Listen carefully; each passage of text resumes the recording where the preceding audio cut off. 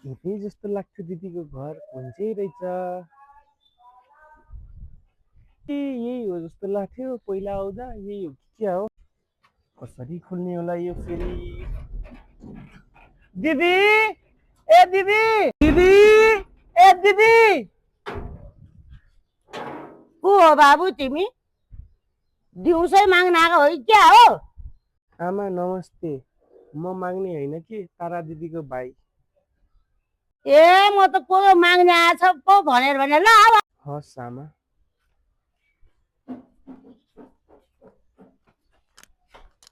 ल ल बाबु यहीँ बस। म तिम्रो दिदीलाई पठाइदिन्छु। यो हेर खुट्टा पनि फोहोर होला काँचो नागो भर्खर भर्खर घर पुछे। हस्।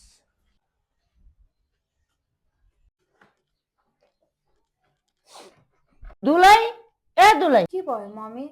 तल को माग्ने आएछ भने त तिम्रो भाइ आएको रहेछ, जाऊ भेट्न। भाइ, मेरो भाइ आएछ? अनि किन ढोकामा त मम्मी माथि बोलाउनु पर्थ्यो नि।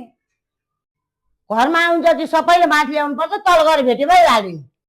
हस्, मेरो भाइ आएछ। भाइ भाइ मेरो भाइ त आएछ। अनि किन बाहिर बसेको त? भित्र आइज न। दिदी कस्तो देख्न मन लाग्थ्यो त्यही भएर आएको नि। भाइ, मलाई पनि कति धेरै नेचर लागेको थियो तेरो। अनि घरमा बाबा सबैजना सन्चै हुनुहुन्छ?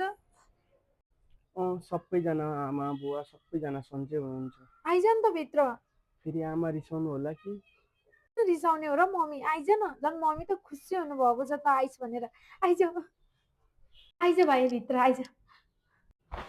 होइन दिदी म यहीँ ठिक छु।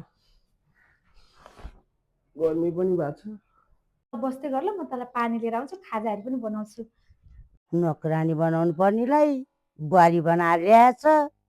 जो पनि घरमा आएको छ, जो पनि घरमा आएको छ। दिक्क लागिसक्यो मलाई त। मम्मी, के भयो? यति टाढो गाउँबाट भाइ आएको, भोक लाग्यो होला।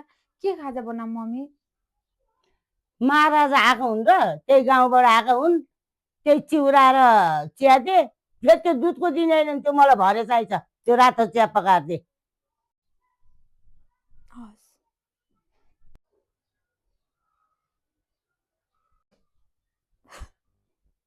यत्रो 6 महिनापछि भाइ आएको, के खुवाएर पठाउने होला मैले? धनी दिदी चाहिँ के मिठो मिठो खुवाउँछ भनेर आएको होला मेरो भाइले। आफैले त पेटभरि खान पाइँदैन।